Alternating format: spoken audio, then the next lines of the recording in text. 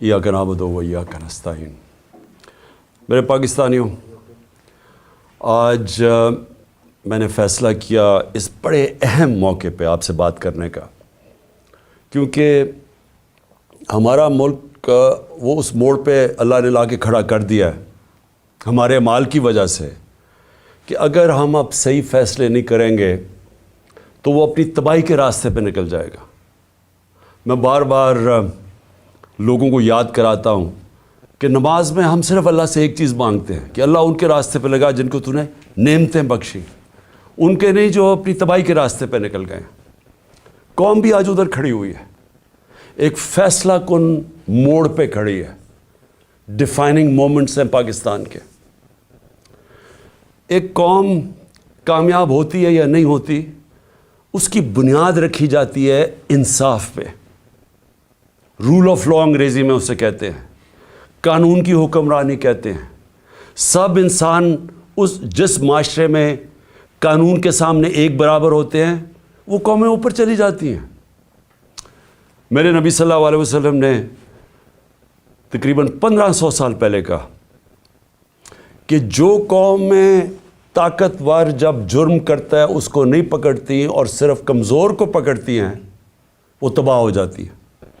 آج اگر آپ نے ساری دنیا میں خوشحالی دیکھنی ہے اور غربت دیکھنی ہے تو ایک ہی چیز ہے جو فرق کرتی ہے، وسائل نہیں۔ جو قومیں خوشحال ہے وہاں قانون کی حکمرانی ہے، رول آف لا ہے، انصاف ہے، اور جو تباہ ہے وہ ساری وسائل کے باوجود جنگل کا قانون ہے، طاقت کی حکمرانی ہے، مائٹ از رائٹ ہے۔ جو طاقتور فیصلہ کرتا ہے اس ملک کی عدالتیں اس کے ساتھ کھڑی ہو جاتی ہیں۔ عدالتوں کا کام ہوتا ہے کمزور اور طاقتور کو ایک برابر رکھنا۔ حضرت ابو بکر جب خلیفہ بنے، پہلی تقریر ان کی کہ میں طاقتور اور کمزور کو ایک برابر کروں گا۔ حضرت عمر خلیفہ بنے، انہوں نے واضح طور پہ کہا کہ میں انصاف کروں گا، کوئی طاقتور قانون سے اوپر نہیں ہے۔ حضرت علی خلیفہ بنے، پہلی سٹیٹمنٹ، سب کی مشن سٹیٹمنٹ تھی میں انصاف کروں گا۔ تو میرے پاکستانیوں، آج ہم ادھر کھڑے ہوئے ہیں کہ ایک طرف ایک طاقتور ٹولہ، مافیاز، جن کو عادت پڑی ہوئی ہے قانون کے اوپر رہنے کی، جب عدالتیں ان کی بات نہیں سنتی ڈنڈوں سے سپریم کورٹ کے چیف جسٹس کو اٹیک کر کے بھگایا انہوں نے، پھر پیسے چلائے باقی ججز کے اوپر، بریف کیس چلے، کوئٹہ بینچ کو خریدا گیا، ٹیلی فون کر کر کے فیصلے لیے کہ جج صاحب اس کو فلانے کو اتنی قید کرنا۔ عادت پڑی ہوئی ہے ان کو کہ اپنے ججز اپنی جوڈیشری کو کنٹرول کرے۔ کوئی انصاف اس ملک میں نہ آنے دیں، کیونکہ جو طاقتور مجرم ہوتا ہے وہ ہمیشہ اپنے آپ کو قانون سے اوپر رکھنا چاہتا ہے۔ مارشل لاء لگتا تھا، قانون ختم، انصاف ختم۔ تو آج ہم ادھر کھڑے ہیں کہ اس وقت آئین کی پروٹیکشن کے لیے، اس کی حفاظت کے لیے ساری قوم اب اپنی عدلیہ کی طرف دیکھ رہی ہے، اور جو دوسری طرف ہے سارا جو ٹولہ جمع ہوا ہے سٹیٹس کو کا، مافیاز، جنہوں نے اس ملک کو 30 سال سے چوری کر کے لوٹا، پیسہ باہر بھجوایا، اور ان کا ایک مقصد ہے کسی طرح وہ پیسہ بچ جائے، کوئی ایسی چیز نہ ہو جائے کہ ان کا پیسہ خطرے میں آ جائے جو اتنی محنت سے انہوں نے چوری کیا۔ پہلے جنرل مشرف نے NRO دیا ان کو، سارے جو 2 پاکستان کا پیسہ تھا سارے مال کا، یہاں سے چوری ہو کے پیسہ گیا تھا، سارے مال خریدا، سوئٹزرلینڈ میں $60 ملین پڑے ہوئے تھے، ایک NRO دے کے ان کو معاف کر دیا۔ ادھر سے حدائبہ پیپر مل 90 کی دہائی میں 1 ارب روپے کی کرپشن منی لانڈرنگ کی ہوئی تھی شریف خاندان نے، اس کے اوپر اس کو روک دیا ڈیل کر کے۔ کوئی جنرل مشرف یا کسی جنرل کو اختیار ہی نہیں دیا ہوا، کوئی آئین اختیار نہیں دیتا کہ آپ قوم کا پیسہ، کرپشن قوم کا پیسہ ہوتا ہے، گھر میں چوری ہوتی ہے تو میرا پیسہ ہے، میں معاف کر دوں، لیکن قوم کی چوری کا پیسہ کوئی معاف نہیں کر سکتا. لیکن یہاں ہوا وہی صاحب اقتدار، وہی مافیاز قانون کے اوپر آ گئے، اور میرے سارے 3 سال لگے رہے کہ جی ہمیں این آر او دو. جب وہ بلیک میل کر رہے ہیں کہ جی این آر او دو، اور بدقسمتی سے ان کو این آر او ملا. جنرل باجوہ نے ان کو این آر او دیا، اور اب ان کو مشکل پڑی ہوئی ہے کہ کسی نہ کسی طرح اس این آر او کو اب بچایا جائے. اور ان کو خطرہ صرف ایک آدمی سے ہے، اور اس کی پارٹی سے، عمران خان اور تحریک انصاف سے. ساری کوششیں ہو رہی ہیں کہ کسی طرح عمران خان اقتدار پہ نہ آ جائے، اور اگر وہ آ گیا تو ان کا این آر او خطرے میں آ جائے گا. اپنی ذات کو بچانے کے لیے ملک کو تباہی کی طرف لے کے جا رہے ہیں، صرف اور صرف ذاتی مفادات کے لیے. یہ جو سارا ٹولہ کھڑا ہوا ہے اور ان کے پیچھے جو لوگ ہیں، وہ صرف ذات کے لیے اس ملک کو آج ادھر لا کے انہوں نے کھڑا کر دیا. اور وہ میں بتاؤں گا کہ ہم کھڑے کدھر ہیں آج. مجھے افسوس سے کہنا پڑتا ہے کہ ہمیں پتہ تھا یہ ہونا ہے. یہ ساروں کو نظر آ رہا تھا کہ یہ آئیں گے، ان کا کوئی مقصد پاکستان کی بہتری نہیں ہے.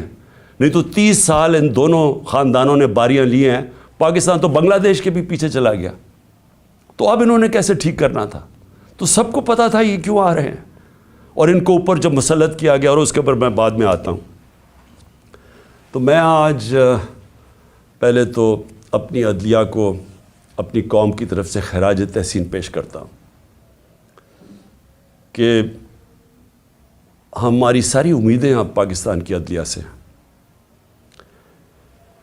بدقسمتی سے ماضی میں ہماری جو عدلیہ کا رول رہا ہے، مجھے افسوس سے کہنا پڑتا ہے کہ وہ طاقتور کے ساتھ کھڑی ہو جاتی تھی. انہوں نے کمزور کا ساتھ نہیں دیا. انہوں نے ہمیشہ وہ جو نظریہ ضرورت، ڈاکٹرن آف نیسیسٹی، اس کے تحت انہوں نے بدقسمتی سے ہماری جمہوریت کو بھی نقصان پہنچایا. کہ جدھر رول آف لاء نہیں ہے، جدھر قانون کی حکمرانی نہیں ہے، وہاں جمہوریت نہیں ہے. کوئی یہ نہ سمجھے کہ جدھر جنگل کا قانون ہے وہاں جمہوریت آئے گی. ہو ہی نہیں سکتا. الیکشن تو ساری دنیا میں ہوتے ہیں. کون سے ڈکٹیٹر نے الیکشن کروائے؟ کون سی ڈیولپنگ دنیا میں الیکشنز نہیں ہوئے؟ لیکن جمہوریت نہیں ہے وہاں. کیونکہ جمہوریت تو آتی تب ہے جب رول آف لاء ہو، اور رول آف لاء آنے ہی نہیں دیا یہاں. مارشل لاء لگتا تھا، ویسے ہی ڈاکٹرن آف نیسیسٹی، نظریہ ضرورت آ جاتی تھی. اور نہیں تو جب یہ دو جماعتیں آئی ہیں، انہوں نے اپنے آپ کو قانون کے اوپر رکھنا تھا، تو انہوں نے بھی عدلیہ کے نظام کو چینج کیا. جو ڈنڈے مار کے چیف جسٹس سجاد علی شاہ کو اس کے اٹیک کیا سپریم کورٹ کو، وہ ایک جمہوری حکومت نے کیا تھا، مارشل لاء نے نہیں کیا. ان کو اتنا خوف تھا آزاد عدلیہ سے، کیونکہ یہ جب چوری کرتے ہیں تو یہ دیکھ ہی نہیں سکتے کہ اس ملک کی عدلیہ آزاد ہو جائے، کیونکہ چوری پکڑی جائے گی. اور وہی سجاد علی شاہ کر رہے تھے، جسٹس سجاد علی شاہ. اور انہوں نے اس کو اٹیک کر کے ہٹایا گیا. ججز خریدے، بغاوت کروائی سپریم کورٹ میں، صرف اپنی چوری بچانے کے لیے. اور آج بھی ہم وہاں کھڑے ہیں کہ یہ پورا ہماری عدلیہ کے اوپر زور لگا رہے ہیں. ہر قسم کا اب یہ بلیک میل کریں گے. ہر قسم کی ان کی ایک ہی کوشش ہوگی کہ پاکستان کی عدلیہ پھر ان طاقتور کا، ان چوروں کا ساتھ دے. اور اس کے لیے یہ بلیک میل کر رہے ہیں. اور ہر قسم کی، میں اپنی قوم کو کہنا چاہتا ہوں، تیاری کریں آپ. انہوں نے ہر قسم کا پریشر ڈالنا ہے عدلیہ پہ، جو انہوں نے ماضی میں کیا ہے. اور انہوں نے ہر قسم کی کوشش کرنی ہے کہ پاکستان کا آئین جو واضح طریقے سے کہتا ہے کہ 90 دن کے آگے الیکشن نہیں جا سکتی. 90 دن کے بعد یہ 2 کیئر ٹیکر گورنمنٹس، ان کے اوپر وائلیشن ہوگی آئین کی. ان کے اوپر یہ بالکل ان کا جو 900 کے ایک دن کے بعد، 90 کے ایک دن کے بعد، 90 دنوں کے بعد، ایک دن کے بعد یہ حکومتیں غیر آئینی ہو جائیں گی. ان کے کوئی آرڈرز نہیں سننے چاہیے کسی بھی بیوروکریٹس کو، کسی پولیس والے کو، کیونکہ قانون ان کو، آئین ان کو اجازت نہیں دیتا. تو جو اس ملک کی، میں قوم کو صرف آج سب سے پہلے تو یہ بتانا چاہتا ہوں کہ اپنی عدلیہ کے ساتھ ہم نے کھڑے ہونا ہے. ان کو ہماری ضرورت پڑے گی کیونکہ ابھی سے ہی ان کے خلاف سٹیٹمنٹس آنی شروع ہو گئی ہیں, ان کو پریشر ڈالنے کی کوشش کی گئی ہے. جبکہ آئین واضح ہے, اس کے باوجود یہ کہنا یہ کوشش کر رہے ہیں. اور یہ جو 2 مافیا فیملیز اس ملک کے اوپر مسلط ہوئی ہیں, یہ سارا وقت ان کا یہ نہیں کہتی, ان کو شرم بھی نہیں آتی یہ کہتے ہوئے, یہ اصل میں یہ کہتے ہیں کہ ہم قانون سے اوپر ہیں. نواز شریف کہتے ہیں میرے سے بڑا ظلم ہوا ہے, مجھے نکالا گیا. 1.5 سال اس کے اوپر تفتیش کی گئی سپریم کورٹ, اس کے بعد JIT, اس کے بعد ثابت ہوا اس کی کرپشن کا کہ 4 لندن میں بڑے بڑے فلیٹ جو پینما کے انکشاف میں سامنے آئے تھے, جو کسی ہم نے نہیں نکالے. انٹرنیشنلی ان کو اللہ کی پکڑ تھی, ان کے فلیٹ سامنے آ گئے جو ہمیشہ کہتے تھے ہمارے نہیں, ماننے پڑے ہمارے ہیں, اور عدالت میں بتا ہی نہیں سکے کہ پیسہ کدھر سے آیا.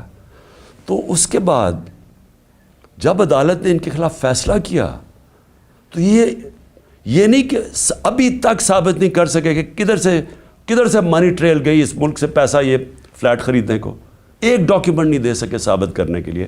لیکن وہ کہہ یہ رہے ہیں کہ جرت کیسے پڑ گئی کسی کے ہمارے اوپر کیس کرنے کی, عدالتوں کو کیسے جرت پڑ گئی ہمارے خلاف فیصلہ کرنے کی. یہ اصل میں یہ کہہ رہے ہیں, اور ابھی بھی یہ کوششیں کریں گے کیونکہ الیکشن سے یہ ڈرے ہوئے ہیں, عوام سے ڈرتے ہیں. پہلے کہتے جی ووٹ کو عزت دو, بڑی کیمپین کی ووٹ کو عزت کو. ہم جب پاور میں تھے الیکشنز کرواؤ, 3.5 سال میں سنتا رہا جی الیکشنز کرواؤ, اور اب الیکشن سے بھاگ رہے ہیں کیونکہ یہ تب الیکشنز کروائیں گے. سب سے پہلے عمران خان کو ڈسکوالیفائی کرو, عمران خان کو جیل میں ڈالو, یہ نواز شریف کی شرائط ہیں. اس کو وہ لیول پلینگ فیلڈ کہتا ہے. خود پکڑا گیا ہے اربوں روپے کے وہاں پراپرٹیز میں بیٹھا ہوا ہے, ثابت نہیں کر سکتا, عدالتوں سے جیل سے باہر بھاگا ہوا ہے جھوٹ کے اوپر. یہ شہباز شریف نے جعلی ایفیڈیوٹ دیا ہوا ہے لاہور ہائی کورٹ کو, کوئی شرم نہیں ہے اس کی.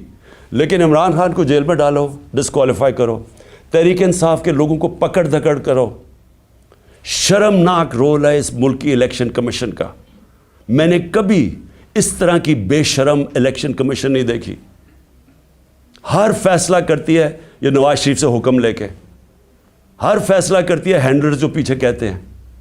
2 جو کیئر ٹیکر گورنمنٹس بنائی ہیں انہوں نے, ہم نے اتنے نام بھی ویسے دیے جو کہ غیر جانبدار تھے. انہوں نے جان کے ان لوگوں کو اوپر بٹھایا ہے جو یہ لاہور کا چیف منسٹر بنایا ہے, اس کو بالکل جو سب سے بڑا دشمن تھا تحریک انصاف کا اس کو اوپر بٹھا دیا. جیسے آفیسرز پوائنٹ کر رہے ہیں جو یہ جو پولیس والوں کو رکھا گیا جنہوں نے ہمارے پہ تشدد کیا, ان سب کو اوپر بٹھا دیا. تو ہمارے اوپر کیسز کرو, پارٹی کو توڑو.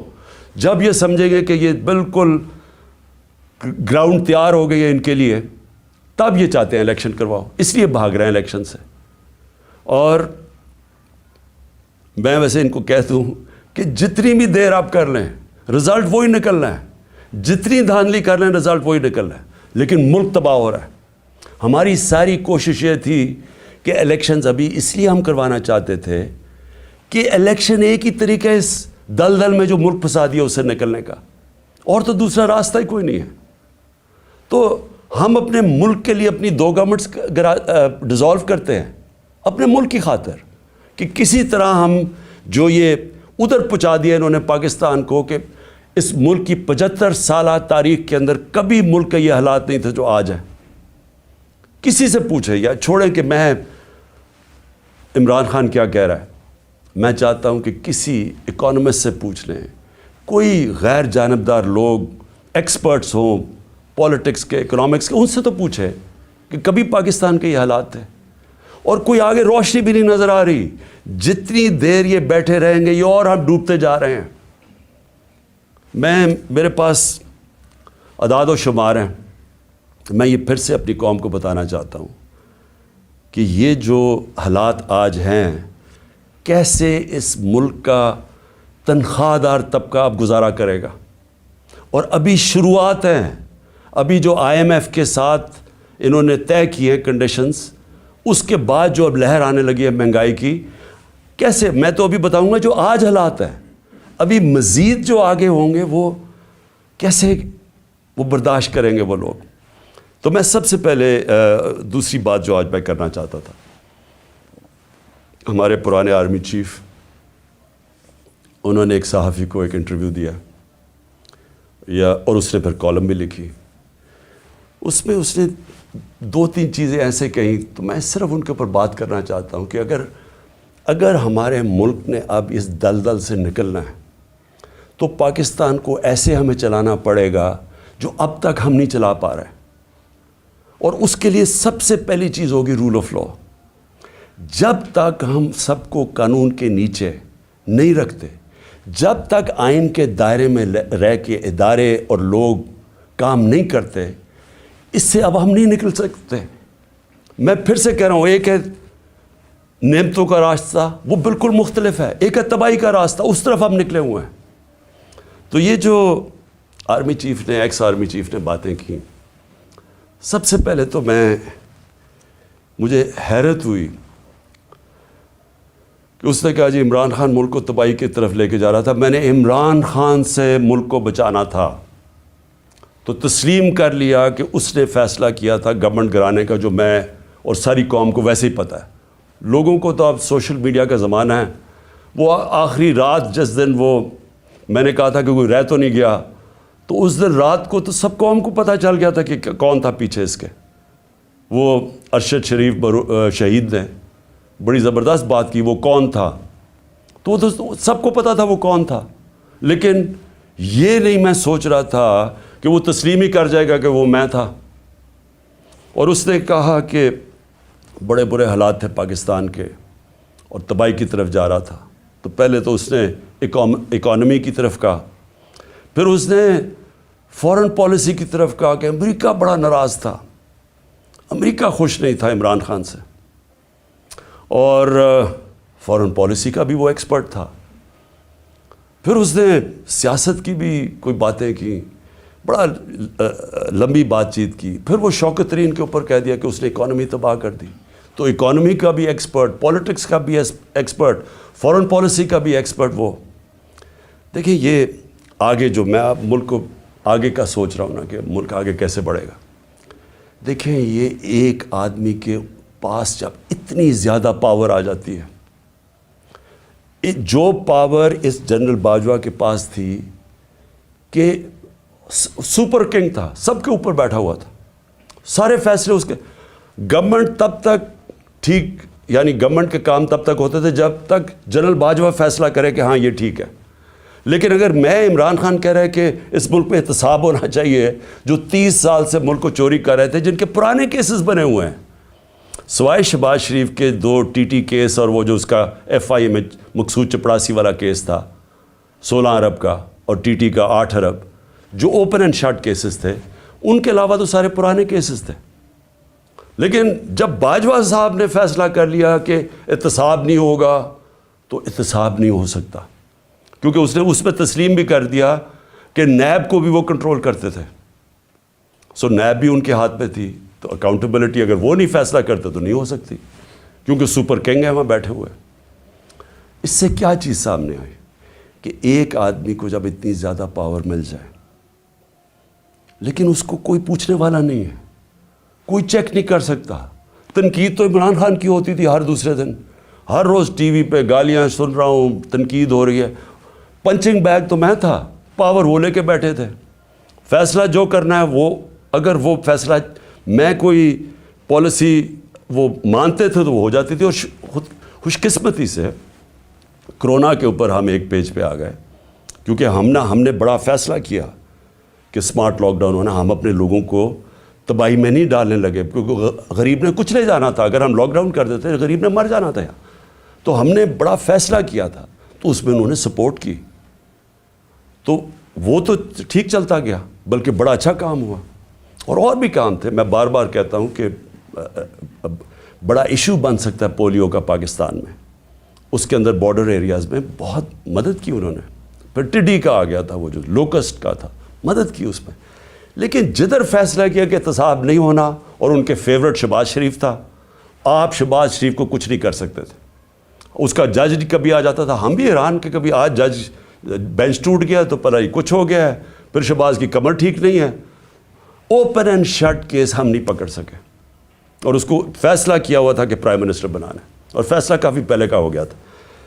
کہنے کا میرا مقصد یہ ہے کہ آج جدھر پاکستان کھڑا ہے، ذمہ دار تو وہ آدمی ہے جس نے یہ فیصلہ کیا کہ اب گورنمنٹ گرانی ہے، عمران بڑا خطرناک ہے، لیکن قوم آج سارا اس فیصلے کی، قوم جو تباہی ہوئی ہے ملک کے اندر، اب قوم اس کا بوجھ برداشت کر سکتی ہے، تو کوئی پوچھنے والا نہیں ہے، کوئی انکوائری نہیں ہوگی کہ کس طرح فیصلہ کیا۔ ہر دنیا کے اندر جب بھی کوئی ذمہ داری لیتا ہے، اسی کے پاس اتھارٹی ہوتی ہے اور اسی سے پوچھا جاتا ہے، وہ آنسربل ہوتا ہے۔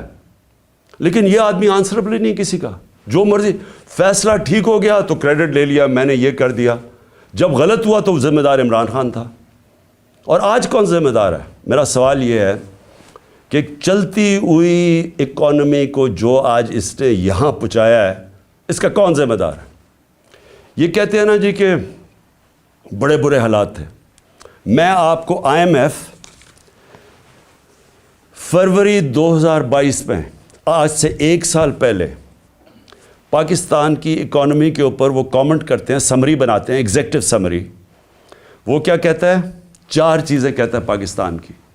1 سال پہلے، ہماری حکومت گرانے سے 1.5 مہینہ پہلے، وہ کہتا ہے کہ پاکستان کی اکانومی واز گروئنگ فاسٹ، تیزی سے ہماری دولت میں اضافہ ہو رہا تھا، سسٹینیبل، کہ یہ سسٹین کر سکتی تھی، یعنی یہ ایک ون آف نہیں ہے، یہ کوئی تکا نہیں لگا، یہ سسٹین کرنی تھی، یعنی اسی طرح چلتے رہنا تھا۔ اور اس میں وہ کیا کہتا ہے، یہ بھی ذرا سنیں۔ وہ کہتا ہے کہ 7 سالوں کے اندر پاکستان کی جو مڈل کلاس میں اضافہ ہوگا، یعنی جو مڈل کلاس، جن کے حالات بہتر ہوں گے، وہ 6 کروڑ لوگ اوپر جائیں گے، مڈل کلاس بنیں گے پاکستان کی۔ IMF کہہ رہا ہے۔ پھر کہتے ہیں انکلوسیو۔ انکلوسیو کا کیا مطلب ہے؟ کہ صرف امیر نہیں ہو رہا، انہوں نے کہا کہ سارا آبادی اس کے اندر شامل تھی۔ غریبوں کے لیے ہیلتھ کارڈ، لانسٹ جو کہ دنیا کی لیڈنگ میڈیکل جرنل ہے، جو کہ ساری دنیا کے ٹاپ ڈاکٹرز وہ جرنل پڑھتے ہیں، جس کو لانسٹ کہتے ہیں، لانسٹ پاکستان کے ہیلتھ کارڈ کی تعریف کر رہا تھا۔ اور وہ تعریف اس لیے کر رہا تھا کہ پہلے تو یہ نچلے طبقے کو پہلی دفعہ ایک انشورنس ملی کہ غریب گھرانہ کسی بھی ہسپتال میں جا کے اپنا 10 لاکھ تک علاج کروا سکتا تھا۔ یہ انہوں نے لانسٹ لکھتا ہے کہ ہمارے سے بہت امیر ترین ملکوں کے پاس بھی یونیورسل ہیلتھ کوریج نہیں تھی جو پاکستان میں تھی۔ اور اس کا جو دوسرا کیا پہلو تھا کہ ہمارے جو پرائیویٹ سیکٹر ہے، جو دیہاتوں میں نہیں جاتا، جو ہمارے گورنمنٹ ہاسپٹلز ہیں، وہاں دیہاتوں میں ڈسٹرکٹ ہاسپٹلز خالی پڑے ہوتے ہیں، ڈاکٹرز نہیں جاتے، نرسز نہیں جاتے، وہاں سارے بیچارے ادھر سے اٹھ کے لوگ آ جاتے ہیں ڈویژنل ہیڈ کوارٹرز یا بڑے شہروں میں۔ تو پہلی دفعہ پرائیویٹ سیکٹر دیہاتوں میں جا رہا تھا، انہوں نے چھوٹے چھوٹے ہاسپٹلز بنانے شروع کر دیے ہیلتھ کارڈ کی وجہ سے۔ تو ایک ہیلتھ کوریج کا نیٹ ورک بن رہا تھا پاکستان میں، جو کہ انہوں نے آ کے ختم کیا۔ اور کیوں کیا؟ کیونکہ وہ مریم کی وہ آڈیو لیکس، اس میں وہ کہتی ہے کہ عمران خان کو فائدہ نہ ہو جائے، اپنے تو کھانسی بھی ہو اور وہ زکام بھی ہو تو باہر چلے جاتے ہیں سارا ٹبر علاج کروانے کے لیے، تھوڑی سی چیز ہو پتہ چلتا ہے جی اب پھر لندن پہنچ گئے علاج کروانے کے لیے۔ اور کوئی ایسا دو دنیا میں صرف ملک ہیں جو کہ مریم بی بی کا صرف علاج ہو سکتا تھا، وہاں اور کوئی دنیا میں ہو ہی نہیں سکتا تھا۔ لیکن عام آدمی کا کبھی سوچا کہ غریب گھرانے کے اندر جب ایک بیماری آ جاتی ہے تو پتہ ہے کہ ان کے اوپر کیا گزرتی ہے؟ سارا خاندان غربت کی لکیر کے نیچے چلا جاتا ہے۔ یہ ساری ریسرچ شو کرتی ہے کہ ایک بڑی بیماری وہ لوگ جو غربت کی لکیر سے اوپر ہوتے ہیں، ایک بیماری ان کو نیچے لے جاتی ہے غربت کی لکیر سے۔ تو انہوں نے آ کے وہ ہیلتھ کارڈ ختم کیا جو کہ ہمارا، جب وہ کہتے ہیں نا سسٹین، جب انکلوسیو کا مطلب ہوتا ہے کہ وہ ساری قوم کو لے کے، جب ملک میں دولت میں اضافہ ہو رہا ہے تو لوگوں کو بھی ساتھ ہم لے کے چل رہے تھے۔ پھر احساس پروگرام، دنیا نے ایکنالج کیا پاکستان کا احساس پروگرام جو نچلے طبقے کے لیے تھا۔ اور یہ اسٹینفرڈ یونیورسٹی, امریکن یونیورسٹی کی ریسرچ ہے کہ پاکستان ایک فلاحی ریاست کی طرف جا رہا تھا احساس پروگرام کی وجہ سے. ورلڈ بینک سب نے تعریفیں کی پاکستان کے احساس پروگرام, جو کہ انکلوسیو تھی. تو یہ آئی ایم ایف کہہ رہا ہے کہ پہلے تیزی سے بڑھ رہی ہے, پھر سسٹینیبل ہے, یعنی یہ چلتی جائے گی. اور انہوں نے کہا کہ 6 کروڑ لوگ اس میں آ جائیں گے مڈل کلاس میں اوپر. پھر وہ کہتا ہے انکلوسیو ہے, کہ وہ صرف ہم نے امیروں کا نہیں سوچا, نیچے سے بھی اٹھا رہے ہیں, جس میں کامیاب پاکستان بھی تھا, کامیاب جوان تھا نوکریاں دینے کے لیے. اور جاب رچ, کہ ہم روزگار پیدا کر رہے ہیں, یعنی ہم نوکریاں دے رہے تھے, امپلائمنٹ بڑھ رہی تھی پاکستان میں. فیصل آباد جیسی جگہ میں, جدھر ہم جب 2018 میں آئے تھے تو لوگ اپنی فیکٹریاں بیچ کے ان کو ہاؤسنگ اسٹیٹ بنا رہے تھے, وہاں فیکٹریاں بند ہو رہی تھی. ہمارے دور میں 2022 کے اندر ٹیکسٹائل سیکٹر کہہ رہا تھا کہ ہمارے پاس مزدور کم پڑ گئے, ہمیں باہر سے مزدور لانے پڑتے. اور آج جا کے ذرا فیصل آباد میں پوچھیں کہ حالات کیا بے روزگاری کے. تو میں اب اس کے بعد صرف 2-3 اور چیزیں کہنا چاہتا ہوں, اور میں یہ اس لیے کہنا چاہتا ہوں کہ یہ ملک کو بچا رہے تھے. جنرل باجوہ عمران خان کو ملک سے بچا رہے تھے, تباہی سے بچا رہے تھے. تو یہ ذرا تباہی کا ذرا میں صرف قوم کے سامنے رکھنا چاہتا ہوں کہ 10 مہینے کے اندر کیا ہوا ہے پاکستان میں. جو اس ملک کے اندر مہنگائی ہوئی ہے, انفلیشن ہوئی ہے. اگر آپ کے ایک نچلے طبقے کے خاندان کے پاس اگر 30,000 روپے ان کی آمدنی تھی, اگر 30,000 آمدنی تھی پچھلے سال کی اپریل میں, آج اس کی خریدنے کی کیپیسٹی کہ وہ کتنی چیزیں خرید سکتا ہے, وہ رہ گئی ہے 20,000. اور لوگوں کی آمدنی سے 10,000 30,000 میں 10,000 روپیہ غائب ہو گیا مہنگائی کی وجہ سے. اور وہ کیوں ہے, میں ذرا پھر سے لوگوں کو بتانا چاہتا ہوں کہ وہ ملک کو جو بچایا جا رہا تھا عمران خان سے, وہ ذرا دیکھیں کہ بچا کے کیا کیا ملک کے ساتھ. اور ابھی آئی ایم ایف کی جو اگریمنٹ ہوئی ہے, یہ مہنگائی ابھی آنی ہے مزید, جو روپیہ گرا ہے اس کی اور مہنگائی آنی ہے. لیکن ابھی تک جو مہنگائی ہے, میں صرف اپریل سے اب تک آپ کو بتا دوں. آٹا, بنیادی چیز جو ایک انسان استعمال کرتا ہے, عام آدمی, 1170 روپیہ تھا 20 kg آٹا ہمارے دور پہ. آج وہ چلا گیا 2400 پہ, دگنا ہو گیا. گھی 470 روپے, 470 روپے کا جو گھی پر kg تھا ہمارے دور پہ, آج 550 پہ چلا گیا kg. لیکن جو سننے والی چیز ہے وہ ہم امپورٹ کرتے ہیں پام آئل. پام آئل کی قیمت انٹرنیشنل منڈی کے اندر آدھی ہو گئی ہے. اس کا کوئی فائدہ پاکستانیوں کو نہیں ہوا, کیونکہ یہاں مزید تقریباً 100 روپے اور مہنگا ہو گیا kg پہ.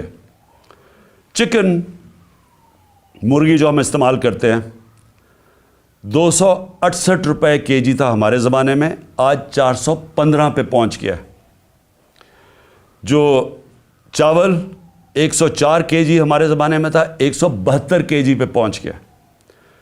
پیاز, جو عام آدمی پیاز اور روٹی کھانے والے لوگ ہیں, 62 روپے کلو تھا پیاز, آج پہنچ گیا 225 روپے کلو. دودھ, جو بچوں کے لیے بہت ضروری ہوتا ہے, بچوں کی ہڈیوں کے لیے, 117 روپے لیٹر تھا, آج 153 روپے لیٹر پہنچ گیا.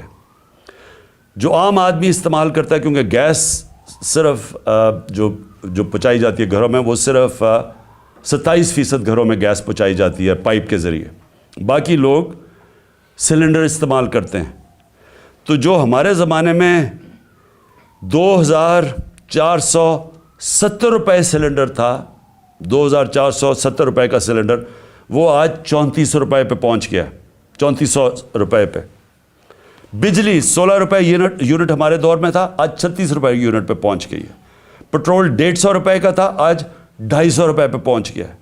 ڈیزل 145 روپے کا تھا, 263 روپے پہ پہنچ گیا.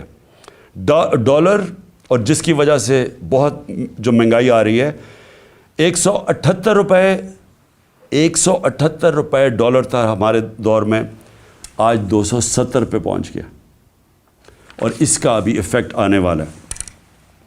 میں اس لیے بھی آج یہ اپنی قوم سے کہنا چاہتا ہوں کہ دیکھیں آگے جس طرح ملک چلے گا، بند کمروں میں ایک آدمی فیصلہ کرے گا تو یہ نتیجہ ہوگا. اس کے پاس اتنی پاور ہے کہ وہ عقل کل بن گیا، ہر چیز کا وہ ہر فن مولا بن گیا. فارن پالیسی تو وہ جانتا ہے، اکانومی وہ سمجھتا ہے، شوکت ترین کے اوپر وہ کامنٹ کر سکتا ہے کہ جی وہ شوکت ترین نے یہ کیا تو وہ کیا. آپ کو پتہ کیا اکنامکس کا؟ اور آپ بتائیں نا کہ آپ جو اکانومی پہنچی ہے آپ اس کے کون ذمہ دار ہیں؟ اور پھر پولیٹیکل سچویشن کے اوپر وہ بات کر رہا ہے کہ جی فلانے کو چیف منسٹر ہٹا دو تو اس کو لگا دو، جس کو لگا رہا ہے وہ لینڈ مافیا کا حصہ ہے انہیں اس کو لگا دو. فیصلے سب کر رہا ہے لیکن ذمہ داری کوئی نہیں ہے. ذمہ داری عمران خان کی ہے جو کہ پنچنگ بیگ بنا ہوا تھا. تو پہلے تو پاکستان نے جو آگے بڑھنا ہے یہ اس کے اوپر ہمیں سوچنا پڑے گا کہ ایسے ملک پاکستان یا کوئی اور ملک ایسے آگے نہیں چل سکتا، اور ساروں کو آئین کے بیچ میں رہ کے چلنا پڑے گا. اگر ہم نے اس ملک کو بچانا ہے ان حالات سے، تو یہ صرف کوئی اکانومی کا ماہر نہیں بچا سکتا. اوور آل جو پولیٹیکل اکانومی کہتے ہیں، اس ملک کی گورننس سسٹم کیسے ٹھیک کرنی ہے. سب سے بڑے جو ہمارے پاکستان کو جو اس دلدل سے نکال سکتے ہیں وہ اوورسیز پاکستانی. ابھی ہمیں بڑا فخر تھا، ترکی میں ہم پڑھ رہے تھے کہ ایک پاکستانی نے $30 ملین دیے، جو بڑے مشکل امتحان سے ہمارے ترک بھائی گزر رہے ہیں جدھر سے زلزلے کی وجہ سے. ایک پاکستانی نے $30 ملین دیے. تو سوچ لیں کہ پاکستانی جو باہر بیٹھے ہوئے ہیں ان کے پاس کس طرح کے وسائل ہیں. میں کئی ایسے پاکستانی جانتا ہوں.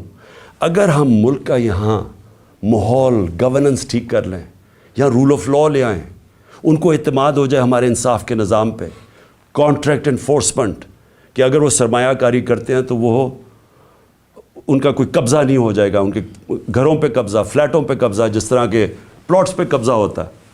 وہ اعتماد کی ضرورت ہے. اور جس وقت ہم نے اپنا نظام ٹھیک کر لیا وہ اپنی انویسٹمنٹ لے کے آئیں گے. اس وقت صرف ریمیٹنسز ہم لے کے آئے تھے، سرمایہ کاری وہ نہیں کرتے پاکستان میں، وہ دبئی چلے جاتے ہیں کیونکہ ان کو وہاں اعتماد ہے ان کے سسٹم پہ. لیکن پاکستان سے وہ وہاں نہیں کرتے کیونکہ اعتماد نہیں ہے. اور اعتماد اس لیے نہیں ہے کہ ایک آدمی فیصلہ کر کے گورنمنٹ گرا دیتا ہے، ایک دم پالیسیز چینج ہو جاتی ہیں.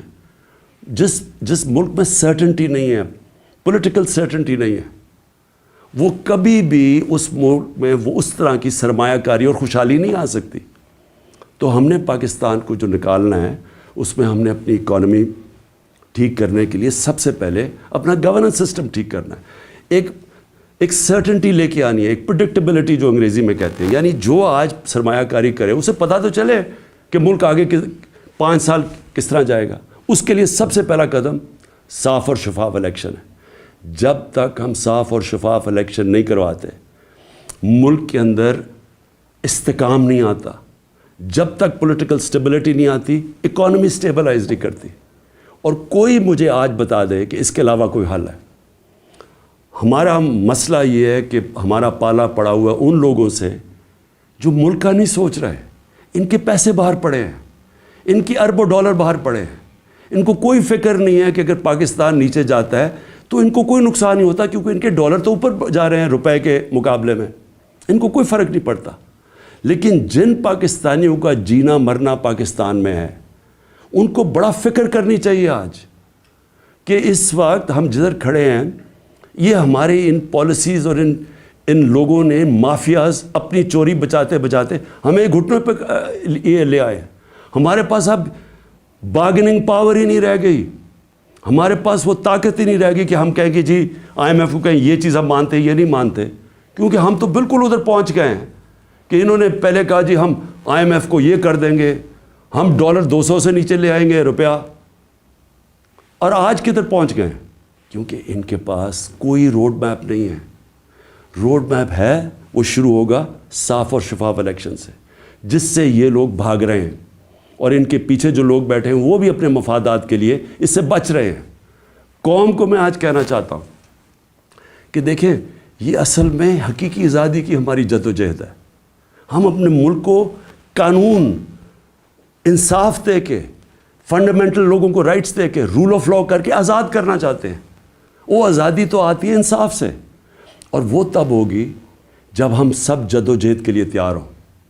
میں نے جو جیل بھرو تحریک ہے اس کی میں پوری تیاری کر رہا ہوں, اور مجھے خوشی ہے کہ بڑے لوگ رجسٹر کر رہے ہیں اس میں میری انتظار کریں, میں چند روزوں میں یہ اعلان کروں گا, کیونکہ ہم یہ سسٹم دو طرح ہیں, توڑ پھوڑ کر دیں, سڑکوں پہ نکل جائیں, انتشار پھیلا دیں, ہم کر سکتے ہیں. سب سے زیادہ اسٹریٹ پاور ہمارے پاس ہے, لیکن ملک یہ برداشت نہیں کر سکتا.